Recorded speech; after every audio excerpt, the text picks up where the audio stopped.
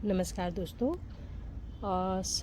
सर्दी का मौसम लगभग आ चुका है और हम लोग वाटरिंग की बात करते हैं कि प्लांट्स को ज़्यादा वाटरिंग नहीं करना है या ओवर वाटरिंग नहीं होना है। तो ज़्यादा वाटरिंग नहीं करना है और ओवर वाटरिंग नहीं होनी चाहिए, ये सब फैक्ट्स तो ठीक है। मैं आपको आज एक एक्सपीरियंस शेयर करना चाहती हूँ। मैंने कल नोटिस किया, अचानक मेरा लेमन का प्लांट अपनी पत्तियां गिराने लगा। ये आप देख सकते हैं। तो एक्चुअली पिछले एक हफ्ते से छत पे पानी मैं नहीं डाल रही थी, पापा जी ही डाल रहे थे। तो मुझे लगा कि कल जब मैंने ध्यान दिया तो मुझे लगा कि अचानक मेरा लेमन प्लांट अपनी लीव्स गिराने लग गया है। तो मुझे कुछ समझ में नहीं आया। तो जब मैंने ध्यान दिया तो अभी मैंने कुछ दिन पहले गार्डन का काम किया था। मैंने सर्दियों की सब्जियों का अपडेट भी आपको दिखाया है। अभी मैंने एक हफ्ते पहले ही काम किया है। तो उसमें से जो रूट्स वगैरह और पत्तियां निकल के आई थी, पापा जी ने उसको इसके अंदर डाल दिया था। और इसके अंदर डालने के बाद, क्योंकि उससे एक दिन पहले मैंने पानी दिया था, हमने रात को काम किया था सब्जियां बोने के लिए। तो रात को मैंने फिर प्लांट में पानी भी दिया था। तो मैंने इसको ढंग से पानी दिया था ताकि नीचे रूटिंग तक पानी चला जाए।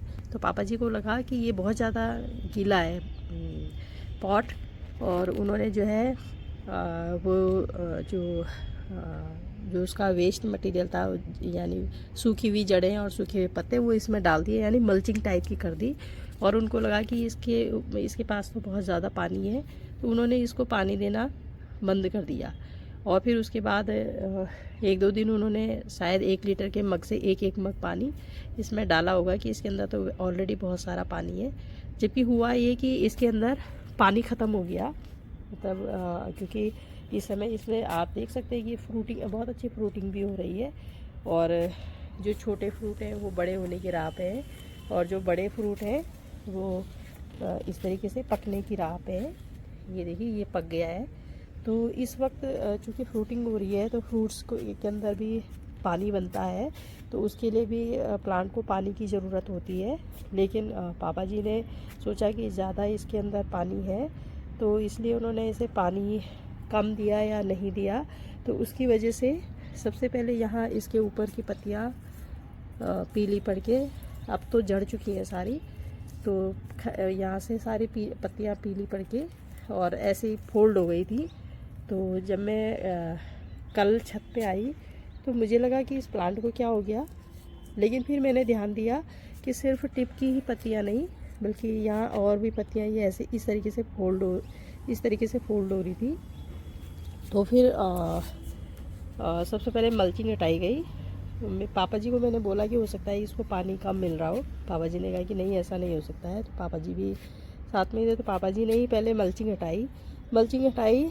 तो पापा जी का कहना था कि नहीं, इसके अंदर तो बहुत कीचड़ हो रहा है। लेकिन जैसे ही मल्चिंग हटाई, अभी तो मैंने ये पानी डाला है कल, जैसे ही मल्चिंग हटाई तो पता चला कि इसके अंदर तो बिल्कुल भी पानी नहीं था, बिल्कुल ड्राई हो रखी थी सॉइल। और ड्राई होने की वजह से जब जड़ों को पानी नहीं मिला, तो पानी नहीं मिलने के कारण प्लांट शॉक में चल जाने लगा।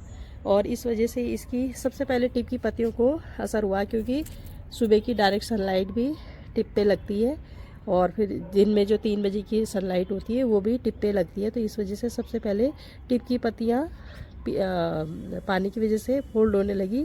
और अभी तो सबसे ज़्यादा यहीं की पत्तियाँ जड़ी है, और जगह की पत्तियाँ बिल्कुल सही है, जड़ी नहीं है।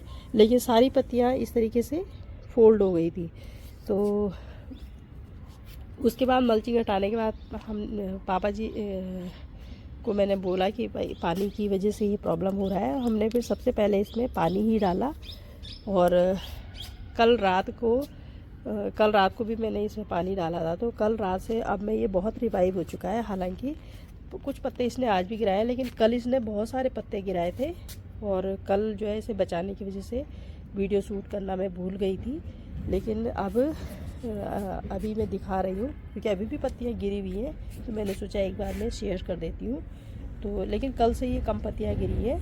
तो अगर मुझे मौका मिलेगा तो मैं एक बार कल का भी वीडियो शूट करके और तब एडिट करके वीडियो के साथ दिखाऊंगी। और लेकिन अभी आप देख सकते हैं कि काफ़ी पत्तियां गिरी है।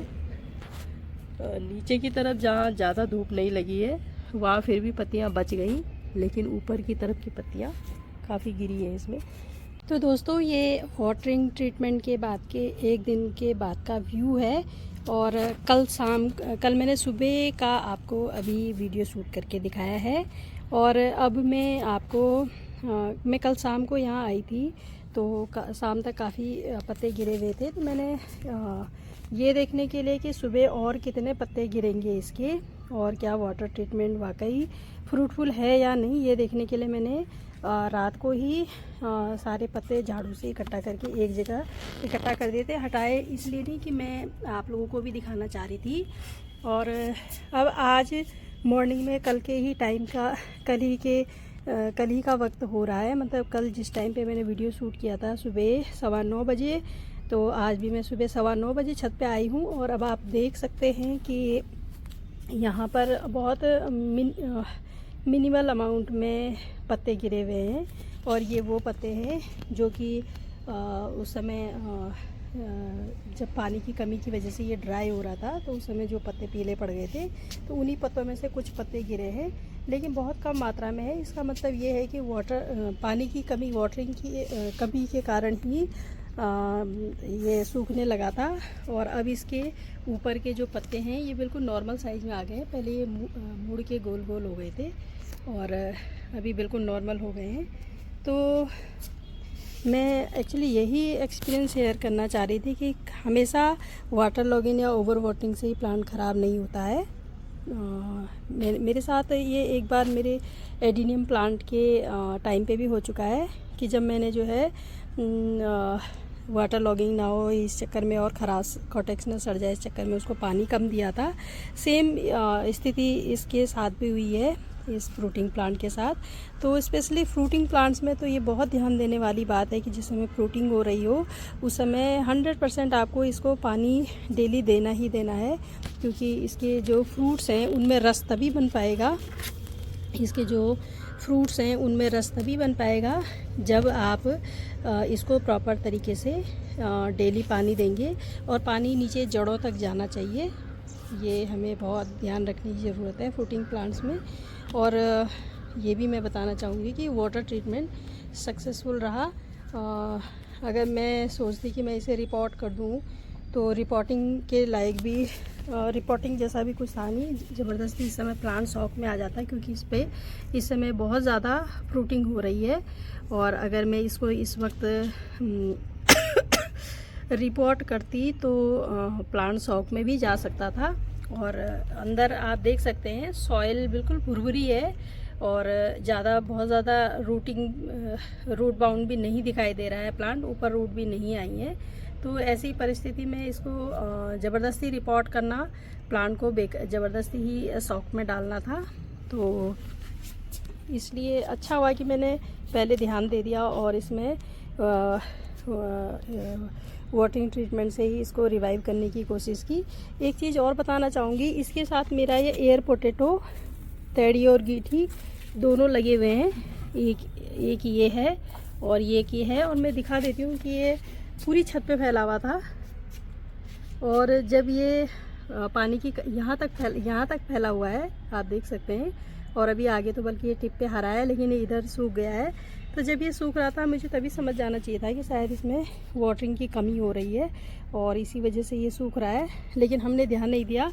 मुझे ऐसा लगा कि इसका टाइम पूरा हो चुका है, जबकि इसकी जो फ्रूटिंग थे वो छोटे छोटे थे और बड़े भी नहीं हो पाए थे।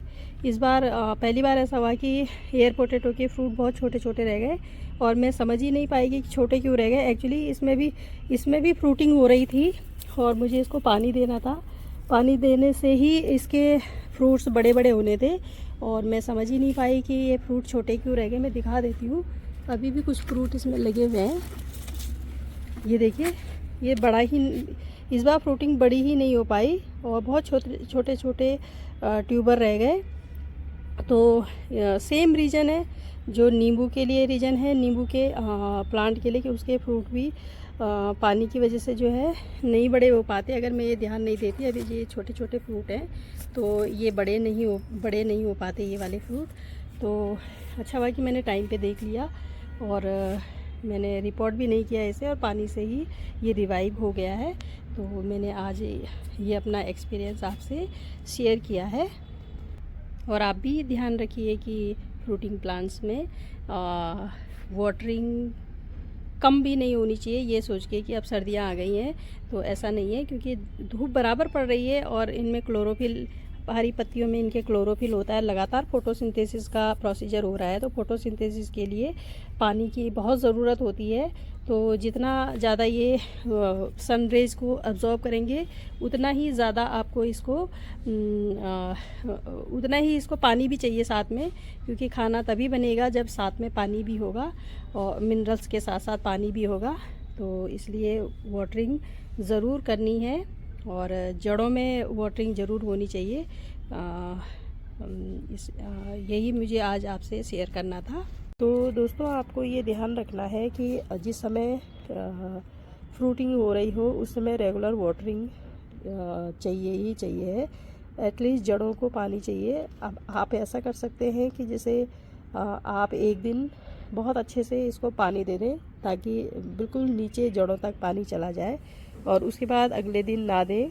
उसके बाद सॉइल को ड्राई होने का इंतज़ार करें। लेकिन ऐसा ना करें कि कम पानी या वाटर लॉगिंग के डर से आपने पानी ही नहीं दिया और प्लांट जो है शॉक में चला गया और प्लांट अपनी पत्तियां गिराने लगा। तो मैंने सोचा ये एक्सपीरियंस में शेयर कर दूं, क्योंकि अब सर्दियां आ गई हैं तो इस समय हम लोग इस चीज़ का ध्यान रखेंगे कि पानी कम देना है, लेकिन इतना भी कम नहीं देना है कि जिसको पानी की रिक्वायरमेंट है। जैसे फ्रूटिंग प्लांट है तो फ्रूटिंग प्लांट को तो पानी की रिक्वायरमेंट है ही है, तो इतना कम पानी नहीं देना है कि जो फ्रूटिंग प्लांट है तो उसके फ्रूट प्रॉपर ना बन सके। कि नींबू में तो स्पेशली अगर हम पानी नहीं देंगे इस समय, तो जैसे ये छोटे वाली नींबू है, अभी इसके अंदर पानी नहीं है, ये बिल्कुल टाइट है। तो अगर हम इसे पानी नहीं देंगे तो ये ऐसी ही रह जाएगी और इसमें रस नहीं बन पाएगा। तो रस बनने के लिए तो ये ज़रूरी है कि हमें इसको पानी देते रहना है। और जैसे ये मैच्योर वाला नींबू है, ये अलग ही कलर का दिख रहा है, येलो कलर का दिख रहा है, उसके ऊपर अभी ग्रीन है। तो ये वाला तो मैच्योर हो चुका है, इसको पानी की ज़रूरत नहीं है। लेकिन जो मैं ये दिखा रही हूँ टिप पे, ये अभी बहुत हरे हैं और छूने में भी ये सभी बहुत टाइट है, यानी इनके अंदर अभी रस बना ही नहीं है। तो इनको अभी बिल्कुल पानी की आवश्यकता है। तो दोस्तों, आपको नींबू ही नहीं, सभी फ्रूटिंग प्लांट पे ये ध्यान देना है कि उनको टाइम टू टाइम अभी पानी देना है। हाँ, वाटर लॉगिन का आप ध्यान बिल्कुल रखिए कि वाटर लॉगिन ना हो। इसके लिए आपका ड्रेनेज सिस्टम सही होना चाहिए। लेकिन फ्रूटिंग प्लांट को पानी चाहिए ही चाहिए होता है, इसलिए आप उन्हें पानी से वंचित ना करें मेरी तरह, और उनकी हेल्थ का ध्यान रखें। तो दोस्तों, मेरी वीडियो में अंत तक बने रहने के लिए आप सबका हार्दिक आभार। आप सबका प्यार और स्नेह मुझे लगातार मिल रहा है और मैं उम्मीद करती हूँ कि आगे भी लगातार मिलता रहेगा।